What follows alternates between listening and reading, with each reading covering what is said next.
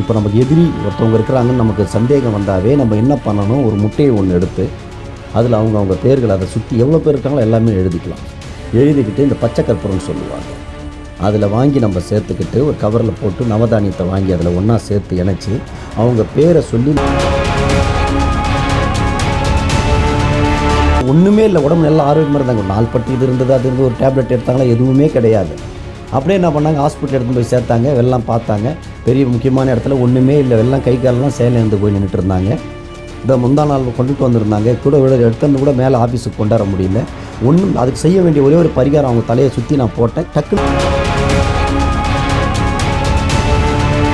இப்போல்லாம் யாரும் எதுக்கும் யாரும் குலதெய்வத்துக்கிட்டே போகிறதெல்லாம் யாரும் கிடையாது.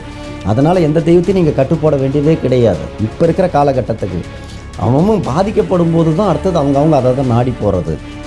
புரியுதுங்களா? ஓ இது மாதிரி ஆகிப்போச்சு, அங்கே போய் சரி பண்ணலாம், இங்கே போய் சரி பண்ணலான்னு அப்புறம் தான் போடுறது. தெய்வம்னு ஒன்று. நாங்கள் அந்த ஜின் பொம்மைன்னே இருக்குது எங்ககிட்ட, ஆல்ரெடி மீடியாவில் காட்டியிருப்பேன்னு நினைக்கிறேன்.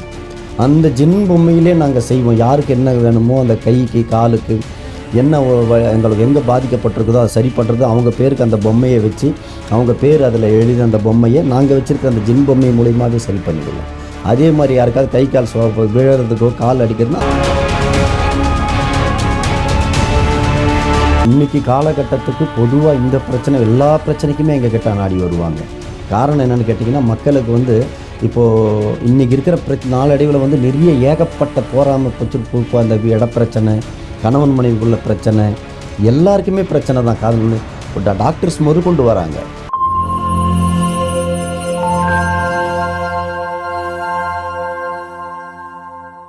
காஸ்மோ வியூ நேயர்கள் அனைவருக்கும் வணக்கம். இன்றைய நிகழ்ச்சியில் ஜின்னை வைத்து நம்முடைய பிரச்சனைகளுக்கு எப்படியெல்லாம் தீர்வு கொடுக்க முடியும் அப்படிங்கிறத பற்றி நம்ம கூட ஷேர் பண்ணிக்கிறதுக்காக செஞ்சியிலிருந்து ஜின் பார்த்திபன் அவர்கள் நம்ம கூட இணைந்திருக்காரு. தொடர்ந்து நிறைய விஷயங்கள் பேசலாம். வணக்கம் சார், எப்படி இருக்கீங்க சார்? சரி, இன்னைக்கு நிகழ்ச்சியில் நிறைய பேர் இந்த செய்வினை மேலே நம்பிக்கை இருக்குது, எங்களுக்கு யாரோ செய்வினை வச்சுட்டாங்க, எங்களுக்கு தொடர்ந்து பிரச்சனைகள் இருந்துகிட்டே இருக்குது அப்படின்னு செய்வினை மேலே ஒரு பெரிய நம்பிக்கை இருக்கிற மக்களை பார்க்க முடியுது. இப்போ ஒருவேளை நிஜமாவே ஒருத்தங்க இன்னொருத்தங்களுக்கு செய்வினை வச்சுட்டாங்க அப்படின்னா அதை நம்ம எப்படி தெரிஞ்சுக்கிறது? இப்போ ஒருத்தங்களுக்கு செய்வினை இருக்குன்னா உடல் ரீதியாக அவங்களுக்கு என்ன மாதிரியான மாற்றங்கள் தெரியும் சார்? ஒரு செய்வினை இருக்கிறது அவங்களுக்கு எந்த மாதிரி தெரிஞ்சுக்கிறதுன்னா அதை நம்ம தெரிஞ்சுக்கிறது கிடையாது. நம்ம சொன்னால் அதை யாரும் ஏற்றுக்க மாட்டாங்க. அவங்களா பாதிக்கப்பட்டு அவங்களா கஷ்டப்பட்டு தான் நம்ம கிட்ட வரணும். அது எப்படி செய்வினை இருக்கிறதுக்கு தெரிய வைக்கலாம்னாக்கா, வர்றாங்க இல்லையா, அவங்களால ஏந்திரிக்கவே 6 மாதம் 1 வருஷம் 5 வருஷம்லாம் படுத்துட்டு இருக்கிறவங்க அன்னைக்கு அன்னைக்கே நான் அதை அவங்களுக்கு லைட் காட்டுவேன். அவங்க உடம்புல அந்த பிரச்சனை இருக்காது. அந்த மாற்றம் தெரியும். எப்பேற்பட்ட சூழ்நிலையில் இருந்து ஒரு தொழில் நஷ்டமாவது, குடும்பத்தில் பிரச்சனை, ஒரு வழி இல்லாமல் வீட்டில் ஒன்றுமே இல்லாமல் தொடச்சிட்டு போயிடும். நம்ம கிட்ட என்னைக்கு வராங்களோ அன்னிலேருந்து அந்த குடும்பத்துக்கு மாற்றத்தை காட்டணும். அப்போ அது செய்வினையாக இருந்தால் மட்டும்தான் நாங்கள் சரி பண்ண முடியும். நாங்கள் மருத்துவர் கிடையாது, நாங்கள் அவங்க நோயை குணப்படுத்த. அதுலேயே தெரிஞ்சுக்கலாம் இல்லையா செய்வினை எப்படி நம்ம சரி பண்ணுறோம்னுட்டு. பல விஷயங்கள் உண்டு. இப்போ ஒருத்தவங்களுக்கு செய்வினை வச்சு ஒருத்தவங்களை அழிக்கிறாங்கன்னா ஒரு சிலர் வீட்டுக்குள்ளேயே இருந்து செய்கிறதுக்காக நான் சொல்கிறது. இப்போ நமக்கு எதிரி ஒருத்தவங்க இருக்கிறாங்கன்னு நமக்கு சந்தேகம் வந்தாவே நம்ம என்ன பண்ணணும், ஒரு முட்டையை ஒன்று எடுத்து அதில் அவங்க பேர்கள் அதை சுற்றி எவ்வளோ பேர் இருக்காங்களோ எல்லாமே எழுதிக்கலாம். எழுதிக்கிட்டு இந்த பச்சை கற்பூரம்னு சொல்லுவாங்க, அதில் வாங்கி நம்ம சேர்த்துக்கிட்டு ஒரு கவரில் போட்டு நவதானியத்தை வாங்கி அதில் ஒன்றா சேர்த்து இணைச்சி அவங்க பேரை சொல்லி மயானத்துக்கு போக முடியாதவங்க முச்சந்தியில் தலையை 3 தரம் சுற்றி 9 முறை காலு தலைக்கு ஏற்றி இறக்கி எங்களுக்கு எது இருந்தாலும் திரும்பிடணும், எங்களுக்கு எதுவும் வரக்கூடாதுன்னு சொல்லி அதை வீசிட்டு வரணும். அது என்ன ஆகும்னா, அந்த முட்டை உள்ளே இருக்கிற அந்த உயிர் கருவறை உடஞ்சி என்ன பண்ணும், அந்த வச்சிருக்கிற பச்சை கருப்புறம் அந்த நவதானியத்தெல்லாம் அம்மிக்கி எடுத்துரும். எல்லாமே நவதானியங்களை மனுஷனை சுத்தம் போதே வேலை முடிஞ்சு போச்சு. அவனுக்கு இருக்கிறது எல்லாமே அந்த உயிர்கள் கொடுத்த மாதிரி இந்த உயிருக்கு வர எந்த ஒரு பிரச்சனையுமே, எந்த ஒரு நோய் நொடியாக இருந்தாலும் எல்லாமே அதிலே போயிடும், அதிலே தீர்ந்துடும். டக்குன்னு நேராக வீட்டில் குளிச்சிடணும். உடனே குளிச்சிடணும். ஒரு 10 அடி தள்ளி உடனே ஒரு நிமிஷம் காலில் வச்சு மறைச்சிட்டு வீட்டில் நேரடியாக குளிச்சிடணும். குளிச்சுட்டாவே அந்த குடும்பத்தில் என்ன இருக்கிற தீங்கு எல்லாமே அன்னைக்கே அந்த மாறுதல் உடனே தெரிய வந்துடும். ஓகே.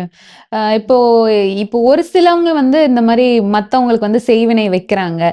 இப்போ செய்வினையே வைக்க முடியாது, இல்லை இவங்களுக்கு செய்வினை வச்சா அது வேலை செய்யாது, அப்படி ஏதாவது இருக்கா சார்? அப்படின்னா வேலைக்கே அர்த்தம் கிடையாது. இப்போ நீங்கள் நல்லதுக்கு கொடுக்குறீங்களோ கெட்டதுக்கு கொடுக்குறீங்களோ, இப்போ நம்ம கிட்ட ஒருத்தவனுக்கு செய்ய சொல்லி வராங்கன்னு வைங்க, என்ன நடக்கலைன்னு யாரை கேட்பாங்க? நம்ம நடத்தியே காட்டணும்.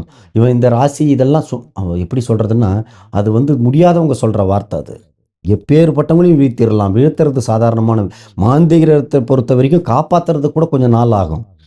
ஆனா அழிக்கிறது உடனே அழிக்கலாம். அந்த மாரி நிறைய நம்ம செய்திடலாம். கெடுக்கிறது ஈஸியான விஷயம். எந்த ஒரு பொருளுமே, எந்த ஒரு வேலையிலுமே மாந்திரீக துறையில மட்டும். ஆக்குறது கூட கஷ்டம். ஏன்னா, ஒருத்தவங்க முடங்கி போயிருக்கிறாங்க. அது இப்ப சமீபத்தில சென்னையில ஒருத்தவங்க, ஒண்ணுமே இல்ல நல்லா படுத்துன தலைய தொட்டுக்கிட்டே இருந்தாங்க. அப்படியே கீழ விழுந்து குளிச்சுட்டு தலைய தொட்டுனவங்க தான் கீழ விழுந்தாங்க. எந்திரிச்சு ஒண்ணுமே இல்ல. உடம்பு நல்லா ஆரோக்கியமா இருந்தாங்க. ஒரு நாள்பட்டு இது இருந்தது, அது இருந்தது. ஒரு டேப்லெட் எடுத்தாங்களா? எதுவுமே கிடையாது. அப்படியே என்ன பண்ணாங்க, ஹாஸ்பிட்டல் எடுத்துன்னு போய் சேர்த்தாங்க. எல்லாம் பார்த்தாங்க. பெரிய முக்கியமான இடத்துல ஒண்ணுமே இல்ல. எல்லாம் கை கால்லாம் செயலிழந்து போய் நின்னுட்டு இருந்தாங்க. இந்த முந்தா நாள் கொண்டுட்டு வந்திருந்தாங்க. கூட எடுத்துட்டு வந்து கூட மேல ஆஃபீஸுக்கு கொண்டார முடியல. ஒண்ணும் அதுக்கு செய்ய வேண்டிய ஒரே ஒரு பரிகாரம் அவங்க தலைய சுத்தி நான் போட்டேன். டக்குனு எந்திச்சு பரவால்ல கை கால் அசைக்க முடியுது. 4 பேர் தூக்கிட்டு வந்தவங்க எனக்கு கை கால் முடியுது. டாக்டர் கிட்ட கிட்டத்தட்ட ஒரு 1 1/2 மாசமா அத காட்டியிருக்கிறாங்க. ஒண்ணும் முடியல. அந்த மாரி பல விஷயங்கள நம்ம சரி பண்ணலாம். இப்ப இதெல்லாம் செய்வினையினுடைய தாக்கம் தான். கண்டிப்பா தாக்கம் தான். ஓகே.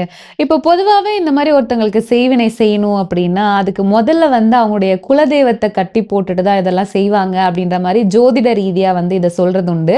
நீங்க பண்ணும்போது எப்படி சார் பண்ணுவீங்க? குலதெய்வம்ன்றது கட்டு போடுறதெல்லாம் ஒண்ணுமே கிடையாதும்மா. ஏன்னா இப்பல்லாம் எந்த தெய்வத்தையும் யாருமே பார்க்கறதே கிடையாது. இப்ப நீங்க யாருக்கு வேணாலும் எத வேணாலும் செய்துட்டு போயிட்டே இருக்கலாம். இப்ப ஆரம்ப காலத்துல பார்த்தீங்கன்னா, வாரமான சுத்தி போடுவாங்க எங்க வீடுங்கள்லாம் கூட. எல்லார் வீட்லயும் அந்த மாரி இப்பல்லாம் யாரும் எதுக்கும் யாரும் குலதெய்வத்துக்கிட்டயே போறதெல்லாம் யாரும் கிடையாது. அதனால எந்த தெய்வத்தையும் நீங்க கட்டு போட வேண்டியதே கிடையாது. இப்ப இருக்கிற காலகட்டத்துக்கு. அவன் பாதிக்கப்படும்போது தான் அடுத்தது அவங்கவங்க அத தான் நாடி போறது. புரியுதுங்களா?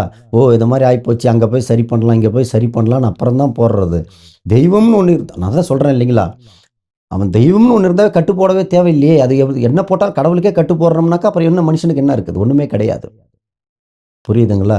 ஜின்னு எதையுமே செய்திரும். ஜின்னு கிட்ட பொறுத்த வரைக்கும், நம்ப என்ன வச்சாலும் சரி, இத நான் சவாலாவே மீடியாவுல சொல்லிக்க தயார்படுறேன். எதுவா இருந்தாலும் கட்டாயம் செய்து காட்டலாம். ஓகே.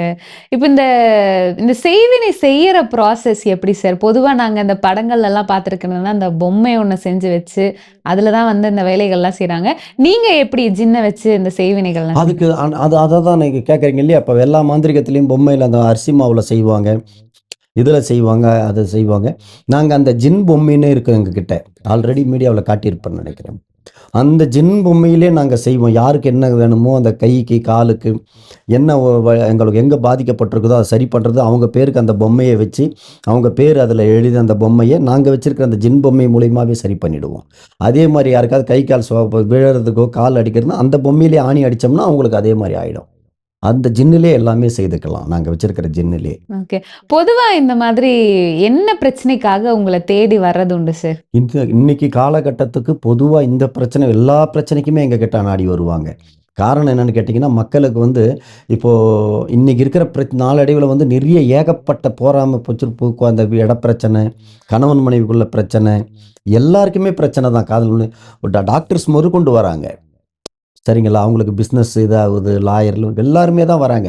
இந்த பிரச்சனைக்கு, அந்த பிரச்சனைக்கு தான்றது மட்டும் மாந்திரீகத்தில கிடையாதாம். சகல பிரச்சனைக்கும், அனைத்து பிரச்சனைக்கும் இங்க தீர்வு குடுக்க முடியும். வெளிநாடுகள்ல இருந்தும் நிறைய வருவாங்க. ஓகே. ஸோ இன்னைக்கு நிகழ்ச்சியில செய்வினைகள் இருக்கிறத நம்ம எப்படி தெரிஞ்சுக்கலாம்? அத சரி பண்றதுக்கு என்ன மாரியான பரிகாரங்கள் இருக்கு அப்படின்றத பத்தி நெறைய விஷயம் எங்களுக்காக சொன்னீங்க. நன்றி சார்.